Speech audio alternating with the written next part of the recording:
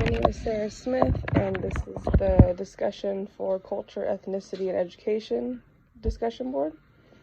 I wanted to touch base on the race and ethnicity post first because we had a good discussion in class about it, and I feel that my outlook on it has definitely grown just based off what we've learned in class already.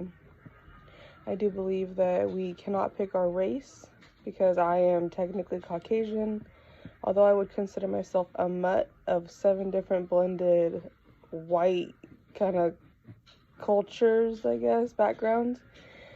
I technically am Caucasian, but for ethnicity, I would classify myself as an American because my ethnic traditions are based off of the blended ones that we've acquired from building up our American society.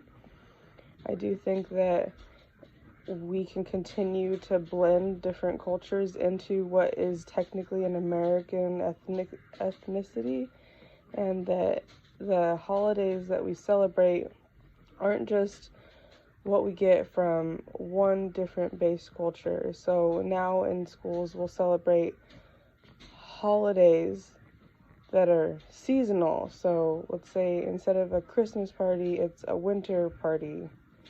So I think that if we continue to integrate that into the classrooms, that we'll kind of be able to blend in what really an American culture or American ethnicity is. As for the next part of this discussion, I would like to bring up the white privilege unpacking the invisible knapsack little PDF, because there are a lot of things on here that you really wouldn't realize if you didn't live one side or the other, unless you were a diverse person. The first one says, I can, if I wish, arrange to be in the company of people of my race most of the time.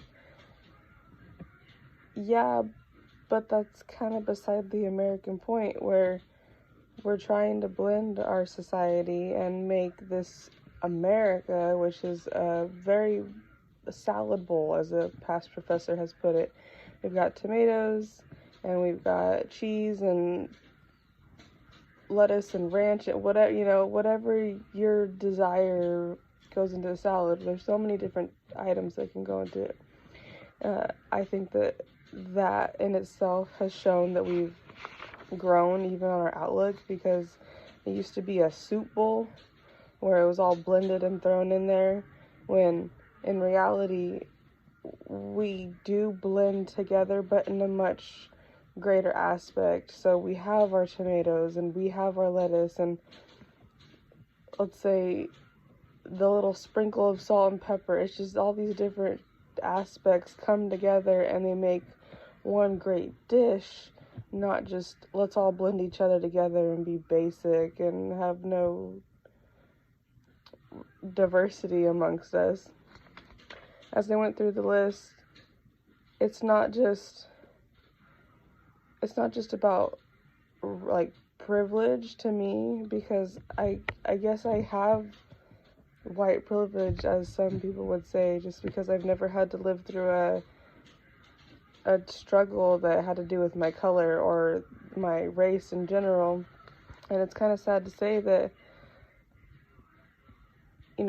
me and my husband are 2 different aspects of this, because he grew up and he's part Filipino, and he's had people say that, because his skin is darker, he's had much more struggles than I've ever had. And we've discussed this before, because one time we had gotten pulled over, and he was just, he's dealt with cops in such a different way than I have even, and we both appreciate the cop system. And I just came at the situation a lot more calm and was like, oh, hey, let's relax, I'm relaxed. And then he was just like, yes, officer, and just so polite. And it was just a different side of it that I've never experienced. And that alone shows us that even the authority figures, that we've had trouble dealing with the struggles that have to come with different ethnicities and races. And it's not America. It's just not. We were growing to build this together. We are a community. We are a society growing from past traditions. So as much as we would like to say that we're there already, there's just so much more growth that needs to happen, because now we have the new gender situations with diversity, and that in itself is just a category that a lot of people seem to have struggles with. We just did, gay marriage rights not too long ago, and now, we have these gender acceptances, and I even called one of the census ladies out saying, why does my gender matter when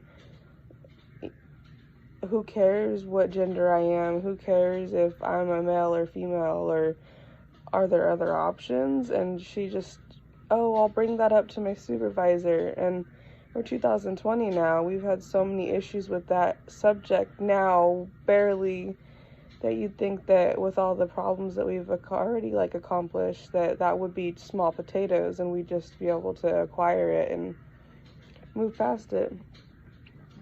One last thing I would like to add in is 20 and 21. I can do well in a challenging situation without being called a credit to my race, and I am never asked to speak for all the people of my racial group. I'd like to say I grew up kind of in a diverse household, regardless of not having to deal with struggles from my skin color, but I've been called out before for being white, and it's unpleasant, especially because I've had different racial best friends growing up, and I've seen the struggles that they've had to go through, and I would never want to put anyone down because of their skin color. And I'm never one-sided, so if you're a group of different colored people, it's not going to be like, oh, I'm going to speak on behalf of all of us, not just the white kids over there, or, this specific group of people. I'm all for, let's all get along. We're all in this together. We're a community. We're a society. This is America that we're growing on. We're not past American traditions that are just refined to the T and we have to stick to that way. It's all about growth. And I think that a lot of 2020 challenges now have to revolve around that. And we just gotta keep building.